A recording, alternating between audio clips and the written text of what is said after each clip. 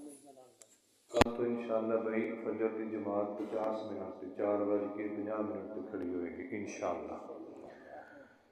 बिस्मिल्लाहिर्रहमानिर्रहीम। रात को सूरह आराफ पूरी की तिलावत की गई। आधे सिपारा, 8वां सिपारा आधा और 9वां सिपारा पहले 3 रुबू या सलासा। इनमें सूरह आराफ की इब्तिदा में ही अल्लाह रब्बुल इज़्ज़त ने हज़रत आदम अलैहिस्सलाम की तख्लीक के साथ फिर जन्नत से कैसे निकले, जन्नत में उनके साथ मामला क्या हुआ, जब जन्नत से ज़मीन पे आए तो फिर मामला क्या हुआ, ये रब ताला ने चीज़ें इब्तिदाई 2 रुकू के अंदर ये बयान की हैं। लेकिन किस्सा आदम अलैहिस्सलाम बताने से पहले अल्लाह करीम एक ऐसी हकीकत की वजाहत करते हैं कि जिस हकीकत को हम मानते तो हैं लेकिन ज़बान की हद तक, अमली तौर पर नहीं। अल्लाह कहते हैं फलनस्अलन्नल्लज़ीना उरसिला इलैहिम वलनस्अलन्नल मुरसलीन फलनकुस्सन्ना अलैहिम बिइल्मिन वमा कुन्ना गाइबीन। रब करीम इरशाद फरमाता है कि जिसको भी हमने दुनिया में भेजा है, जो भी दुनिया में आया है, जब लौट के हमारे पास आएगा तो हमने उससे पूछना है कि दुनिया में क्या करके आया है। जैसे एक हदीस पाक में आता है कि नबी अलैहिस्सलाम इरशाद फरमाते हैं, तिरमिज़ी शरीफ की हदीस है, हुजूर फरमाते हैं कि जब बंदा अल्लाह ताला के दरबार में जाएगा तो 5 सवाल होंगे उससे, जो लाजमी है। भाई जवानी कहाँ गुजारी थी, तुम्हें जवानी दी थी, कहाँ गुजारी है। फिर माल कमाया तो कहाँ से कमाया, माल कमाया तो कैसे कमाया, और अपने माल से किसको फायदा किसको नुकसान दिया है, और अपने अमल से किसको तकलीफ पहुंचाई है। ये पक्के सवाल हैं जो हर एक से पूछे जाने हैं। और यहाँ पर तो अल्लाह ने मुरसलीन नबियों का जिक्र भी किया है, क्योंकि रब के लिए तो कुदरत है, वो तो खालिक है। अंबिया बेशक आला हस्तियां हैं कायनात की, लेकिन उनकी मिसालें दे के रब हमें समझा रहा है कि जब मैं रब रसूलों नबियों से पूछूंगा तुम कौन हो। जब अंबिया से ये सवाल होगा, और मैं पढ़ रहा था इमामुल अंबिया की पाकीज़ा बाप की पाकीज़ा बेटी हज़रत बीबी फातिमा तो ज़हरा सलामुल्लाह अलैहा, आप एक दिन हज़रत फातिमा को कहने लगे, फातिमा क़यामत के दिन ये ना समझना कि नबी की बेटी हूँ तो गुजर जाऊंगी। हुजूर ने फरमाया ली अमली वलकुम अमलुकुम, फातिमा वहां पे अपने अमाल का हिसाब लेना पड़ेगा, किसी को छुटकारा नहीं है। ये उन हस्तियों की मिसालें रब हमारे लिए बयान कर रहा है। हालांकि वो जन्नत उनकी मोहताज है, जन्नत उनके कदमों की ठोकर पे है, लेकिन उनकी मिसालें हमारे लिए मिशल राह है। इसके बाद फिर अल्लाह फरमाता है वलक़द ख़लक़नाकुम सुम्मा सव्वरनाकुम सुम्मा क़ुलना लिल मलाइकति इसजुदू। अल्लाह फरमाता है फिर हमने तुम्हें पैदा किया, तुम्हारी सोहनी शक्ल बनाई, सोहनी सूरत बनाई।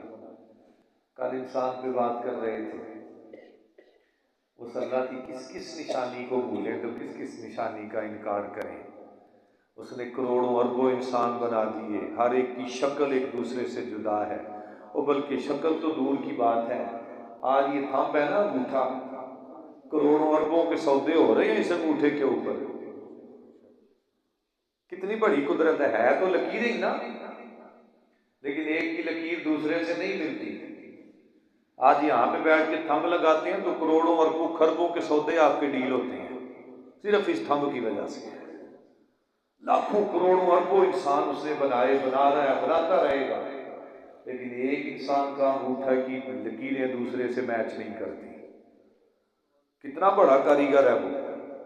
तसुम्मा सब्बरना, हमने फिर तुम्हें अपनी मर्जी से शक्ल दी। आज बंदा रब की बनाई हुई शक्ल को बदलता है, मर्द औरतें बनना चाहते हैं, औरतें मर्द बनना चाहते हैं, मर्द औरतों जैसे लिबास पहनना चाहते हैं, औरतें मर्दों जैसे लिबास पहनना चाहती हैं, मर्द औरतों जैसी शक्लें बनाना पसंद करते हैं, औरतें मर्दों जैसी। आज हमारा लिबास हमारी बेटियां क्या पहनती हैं? और अल्लाह के नबी ने 1400 साल पहले कहा था कि जो मर्द औरत बनने की कोशिश करे या औरत मर्द बनने की कोशिश करे, दोनों पे लानत है। ये अल्लाह के रसूल ही, इसका मतलब है हुजूर 1400 साल पहले बता रहे हैं, अल्लाह के रसूल को पता था कि ये मंजर इन लोगों में पैदा होंगे, तभी तो हुजूर 1400 साल पहले इसकी वजाहत कर रहे थे। अल्लाह कहते हैं तुम्हें पैदा किया, 200 साल हजरत आदम का पुतला बना रहा, रूह के बगैर पड़ा रहा। ये तफसील में जाऊं तो बात तवील हो जाएगी। अब 200 साल के बाद वाला फख्तु फीह मिन रूही, हमने इसमें रूह डाली।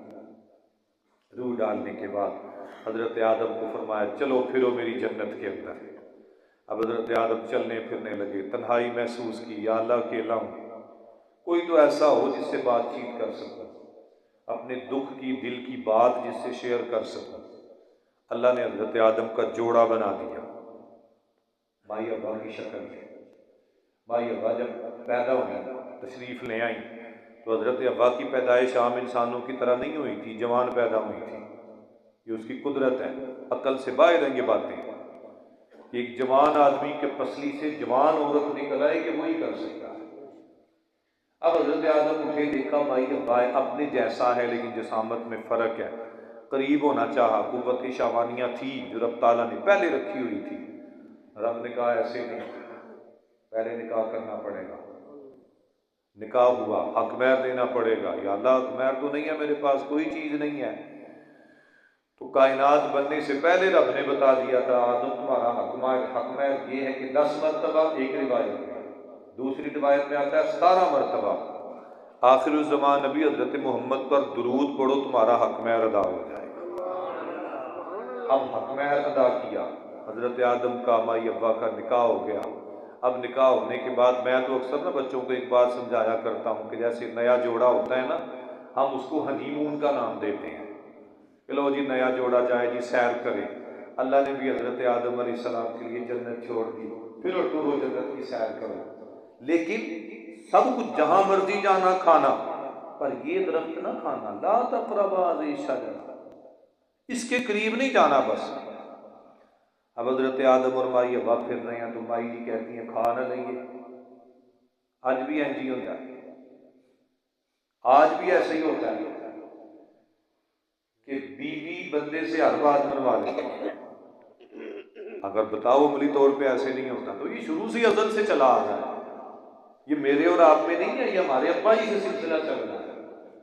बाबा जी ने कहा नहीं नहीं, अल्लाह ने मना किया, तो कुछ नहीं होता। चलो जी अम्मा अब्बा की कही मान ली, दाना खाया। अब क्या हुआ उसका जिक्र आगे अल्लाह करता है, या बनी आदम कद अनज़लना अलैकुम लिबासन युवारी सौआतिकुम व रिशा। जब वो दाना खाया ना, अब चूंकि हुक्म खुदाबंदी था कि नहीं खाना, लेकिन उस रब की कुदरतें देखें, आप ही मना करता है, आप ही खिला देता है। हालांकि रब की ताकत के बगैर तो सवाल, नबी तो अल्लाह की मर्जी के बगैर कुछ भी नहीं करता, नबी की शान है। नबी भी थे, मना भी किया था, खिला भी दिया था। वजह यह थी कि ये कायनात बनानी थी, मुझे और आपको पैदा करना था, निज़ाम कायनात चलाना था। अब वो दाना खा लिया, दाना खाने के बाद यकदम से क्या हुआ, हजरत आदम और हजरत माई अब्बा का जिस्म नंगा हो गया, लिबास खत्म हो गया, जन्नत के पत्ते बांधे, जमीन पे उतर, इहबितू बादुकुम लिबादिन अदुव्वुम वलकुम फिल अर्दि मुस्तक़र्रुम व मता, जमीन पे उतरो, अब तुम एक दूसरे के दुश्मन हो गए। तो देख लो आज है कि नहीं। आज एक माँ प्यो की औलाद होंगी है, हमारे माशरे में एक बड़ा अजीब सा ट्रेंड आई है। ये जो बड़े बड़े बुजुर्ग है ना, एक गल इसनूं मनणगे, गल है भी ठीक कि जिन्नी देर तक शादियां नहीं ना होंदियां भरावां दियां, वो भरा हुंदे ने, जूं ही शादी हो गई फिर की हुंदा है, शरीक। हालांकि शरीक का ये बेसिकली कॉन्सेप्ट गलत है। शरीक का माना क्या होता है? शरीक आते ने वो औलादा जिहड़ियां जायदाद में शरीक होनी, हिस्सेदार होना। मसलन चाचे ताए दियां औलादा आपस शरीक होंदियां ने। अज सक्के भरा शरीक होंदे ने। पहले एक मां प्यो की चगेरते होंदे ने, जो ही शादी हो गई अब शरीक बन गए। ये वो ऊपर से अदुब बादुकुम लिबादिन अदुबुन, तुम एक दूसरे के दुश्मन बन जाओ। अब हजरत आदम जमीन पे आ गए, 300 साल रोंदे रहे। वो श्रीलंका कहाँ, जद्दा कहाँ, माई जद्दा में बाबा जी श्रीलंका सरांदीप के अंदर 300 साल रोते रहे। निज़ाम क्या है?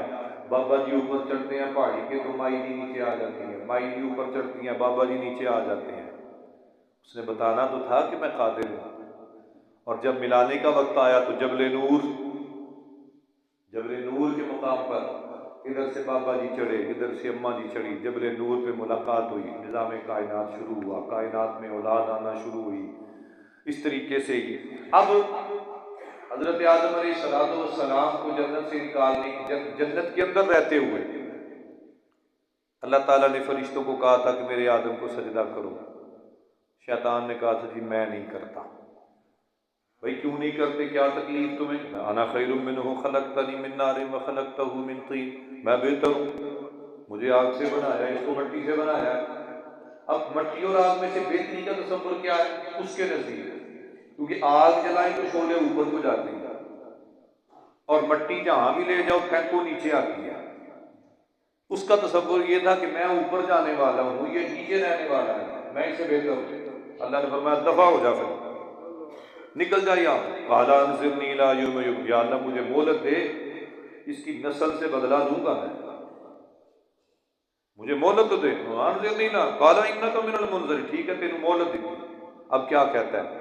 लअक़उदन्न लहुम सिरातकल मुस्तक़ीम, या अल्लाह हर सिराते मुस्तकीम पे, सीधे रास्ते पे बैठूंगा मैं, और जो भी सीधे रास्ते पे चलेगा ना, मिन बैन अयदीहिम व मिन खल्फिहिम व अन अयमानिहिम व अन शमाइलिहिम, अग्गों से, पीछों से, दाएं से, बाएं से, मैं रोकूंगा इनको। अल्लाह ने फरमाया कर ला जो हो गई। क़ाल ख़रुज मिन्हा मज़कूमम मदहूरा, लेकिन याद रखना जिन्होंने तेरी गल मान ली, लमन तबिअक मिनहुम, जिन्होंने तेरी बात मान ली वो तेरे समेत जहन्नम में जाएंगे, और जिन्होंने तेरी बात ना मानी, जो मेरे रास्ते पे रहे, उनको मैं फिर अपनी जन्नत से इनामात अता फरमाऊंगा। तो ये अल्लाह ताला ने किस्सा हज़रत आदम अलैहिस्सलाम, वैसे तो पूरी तफसीर इसमें आगे भी चल रहा है लेकिन क्योंकि वक्त इतना होता है। अच्छा, आगे जन्नत और जहन्नम का फैसला होने के बाद नादा अस्हाबुल जन्नत, नादा अस्हाबुन नारे, नादा अस्हाबुल आराफ, लोग 3 हिस्सों में तकसीम हो जाएंगे। एक तो वो होंगे जो सीधे सीधे जन्नत वाले, एक वो होंगे जो सीधे सीधे जहन्नम वाले, और एक वो होंगे जो आराफ वाले होंगे। अब जन्नत वाले आग वालों से पूछेंगे अन कद वजदना मा वादना रब्बुना हक्का फहल वजदतुम मा वादा रब्बुकुम हक्का। जन्नती जहन्नमियों से पूछेंगे कि भाई हमारे रब ने जो हमारे साथ वादा किया था, रब ने पूरा कर दिया, अल्लाह ने पूरा कर दिया, हमें जन्नत दे दिया, तो हमें कुछ लगा कि नहीं? जन्नत वाले जहन्नम वालों से पूछेंगे। अब जहन्नम वाले जन्नत वालों से क्या पूछेंगे? अन अफीदू अलैना मिनल मा, वो कहने लगे, कहेंगे जन्नत वालों से कि भाई तुमसे तो तुम्हारे रब ने जन्नत का वादा किया था ना, वो रब ने दे दी। हमारे साथ हमें रब ने कहा था कि मेरी बात ना मानोगे तो तत्ता पानी दूंगा, गर्म पानी दूंगा, तो हमें हमारे रब ने गर्म पानी दिया है। मतलब ये है कि जन्नत वालों का वादा भी पूरा और जहन्नम वालों का वादा भी पूरा। तीसरा तबका आ गया, नादा अस्हाबुल आराफ रिजालन यारिफूनहुम बिसीमाहुम, अस्हाबे आराफ। आराफ कौन सी जगह है, ये कौन से मकाम का नाम है? ये ना जन्नत है और न जहन्नम है। जन्नत और जहन्नम के दरमियान एक वादी है, उस वादी को आराफ कहा जाता है।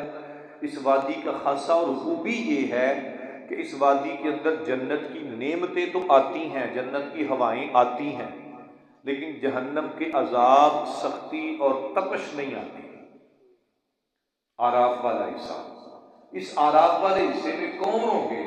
मुशरिकों के, काफिरों के छोटे बच्चे, काफिरों के छोटे बच्चे जो है ना अद्दे बुलूग से पहले दुनिया से चले गए, वो बच्चे आराफ में होंगे।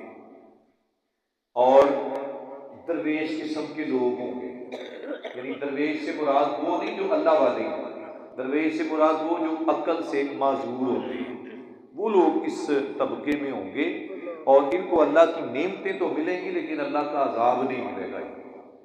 ये अल्लाह ने 3 दर्जात और 3 तबकात बनाए हैं। इसके बाद हज़रत सालेह अलैहिस्सलाम, हज़रत हूद अलैहिस्सलाम, हज़रत शुएब अलैहिस्सलाम की कौमों का तज़किरा है।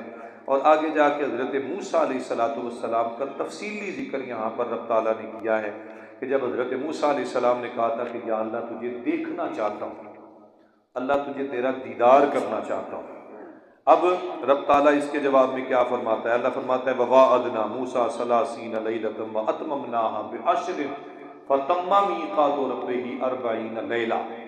हज़रत मूसा अलैहिस्सलाम को तूर पे गए, 30 दिन वहाँ पे रहे। अल्लाह ने कहा 10 और पूरी करो, 40 दिन हो गए। मकसद क्या था कि मूसा आओ तुम्हें किताब देता हूँ। अच्छा, इसमें भी एक बात याद रखना, जितनी भी पिछली किताबें नाजिल हुई हैं ना, तौरात, ज़बूर, इंजील, हर किताब के नाजिल होते वक्त नबी को किसी खास मकाम पे बुलाया गया है। हजरत दाऊद अलैहिस्सलाम को जंगलों में बुलाया गया था, 40 दिन इबादत करने के बाद किताब मिली। हजरत ईसा अलैहिस्सलाम को बुलाया गया वादियों में, 40 दिन इबादत के बाद किताब मिली। हजरत मूसा अलैहिस्सलाम को कोई तूर पे बुलाया, 40 दिन इबादत के बाद किताब मिली। लेकिन ये कुरान और मेरे मुस्तफ़ा करीम का खासा है। जब कुरान नाजिल हुआ था तो मैंने हदीस पाक में पढ़ा है कि हज़रत जिब्रील पहली वही के वक्त हज़रत जिब्रील ने पूछा था, ए परवरदिगार, नबियों को बुलाता रहा है, तेरे महबूब को किधर बुलाना है? अल्लाह करीम ने फरमाया, है जिब्रील, मेरे महबूब को बुलाने की ज़रूरत नहीं है, जहाँ जहाँ मेरा महबूब चलता जाएगा तो वहीं कुरान लेके चला जाएगा। तो कुरान इस तरीके से नाजिल हुआ। अब 40 दिन ऊपर रहे, कोई तूर में अल्लाह ताला से हम कलाम हुए, बातें की। बातें करने के बाद कहने लगे, रब्बे वलम्मा जाअ मूसा लिमीक़ातिना व कल्लमहु रब्बुहु क़ाल रब्बी अरिनी अंज़ुर इलैक। हज़रत मूसा ने, ये इंसानी फितरत है ना, जब कोई हसीन और खूबसूरत आवाज़ सुनता है तो बंदा तजस्सुस में होता है, देखा तो सही है कि है। आम जी गल देखो, राज लंघते हुए ना तो किसी को किसी जगह पर मजमा लगा हो तो बंदा भावें खलो के झाती मारे तो है कि है भाई। हज़रत मूसा को भी ये तजस्सुस था कि इतनी खूबसूरत और हसीन आवाज़ है, जब आवाज़ इतनी हसीन है तो उसका चेहरा और उसका तजल्ली कितनी खूबसूरत होगी। रब्बे अरिनी, अल्लाह तुझे देखना चाहता हूँ, दिखा दे। क़ाल लन तरानी वलाकिन उन्ज़ुर इलल जबल, ऐ मूसा तू नहीं मुझे देख सकता। अब यहाँ पर भी उलमा बड़ी बहस करते हैं। लन तरानी कहा, ठीक है, ये नहीं कहा लन अरा कहा, तू मुझे नहीं देख सकता। ये नहीं कहा कि मैं दिखाऊंगा ही नहीं, तू मुझे नहीं देख सकता या मैं तुझे दिखाऊंगा, दोनों जुमलों में कितना फर्क है। इसका मतलब यह है कि मैं दिखाने पे कादिर हूं, मेरी कुदरत है, मैं जिसको चाहूं दिखा दूं। लेकिन ऐ मूसा, तेरे अंदर इतनी ताकत नहीं है कि तू मेरे जलवे का मुशाहदा कर सके। या फिर क्या होगा?